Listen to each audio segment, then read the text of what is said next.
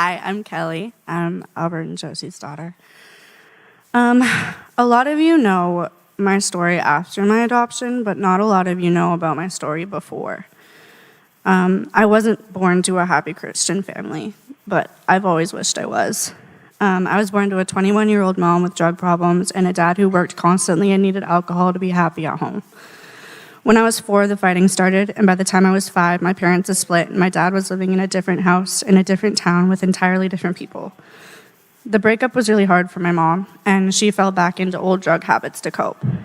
At this point, my older brother was in school all day, and I was hardly attending the kindergarten that I was enrolled in. I remember being 5 years old, sitting in my room, teaching myself to read while my baby brother was napping and counting down the days till first grade when I can escape to school every day too.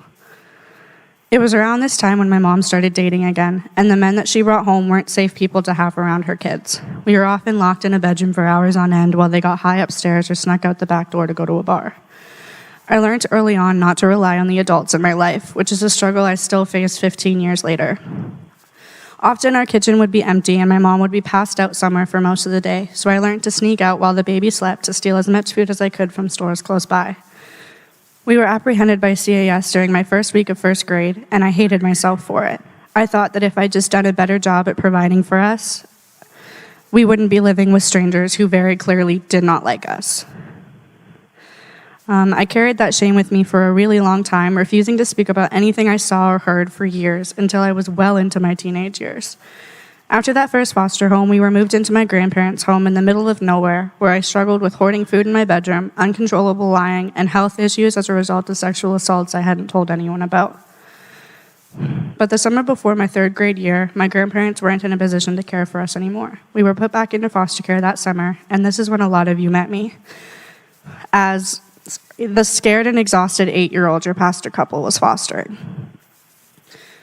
They had 2 young boys at the time, and I instantly felt protective of the entire family, and I struggled with the concept of needing to trust these adults to provide for these people that I suddenly cared about.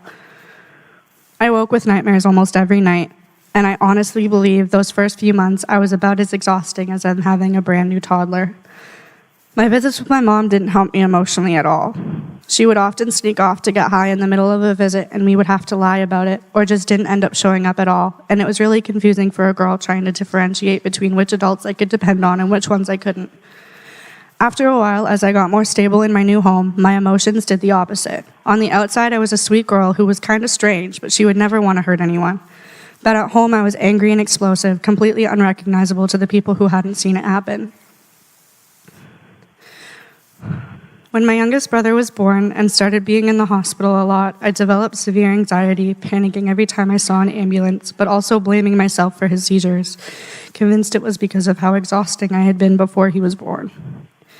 I realized how traumatizing my explosive episodes were for my brothers, and I hated myself for it. I was so afraid of my emotions that I tried everything I could not to feel anything, which led to me self-harming for the first time when I was 12, and this didn't stop until I was 19. When I was in 10th grade, my family and I both needed space from each other to deal with the things that I had been putting them through. So I was sent to live with Dave and Lizzie Friesen, who dealt with a lot of the same issues with me. They were an influential reason I'm the person I am today. I would not still be here without their constant love and support, and through them I gained 3 beautiful little sisters and an older sister that I've always wanted. At the time, I was in a relationship that was awful for my mental and spiritual health, and because of the choices I made, my parents made the hard decision to bring me back home before any of us were ready for it.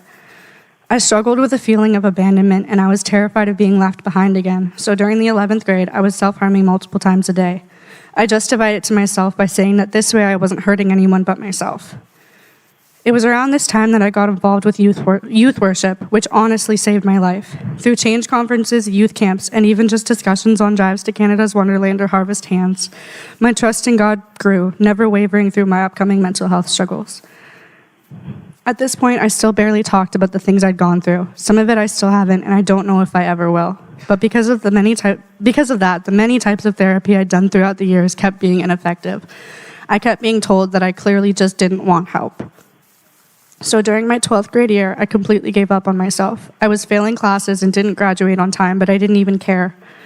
Around the end of the school year, me and my parents fought more again, and one argument escalated to the point of us deciding it wasn't healthy for me to be home anymore. That summer, I rented out a basement bedroom and drank constantly. I was severely depressed and self-harming more than ever. The following October, I moved into the family central, and I acted like things were so much better. But in reality, I was in the darkest place I had ever been.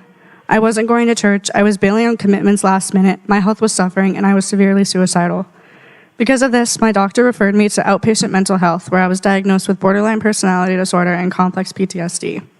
I spent a long time trying to understand my disorder, but on my 19th birthday, I was sexually assaulted on the beach by a friend.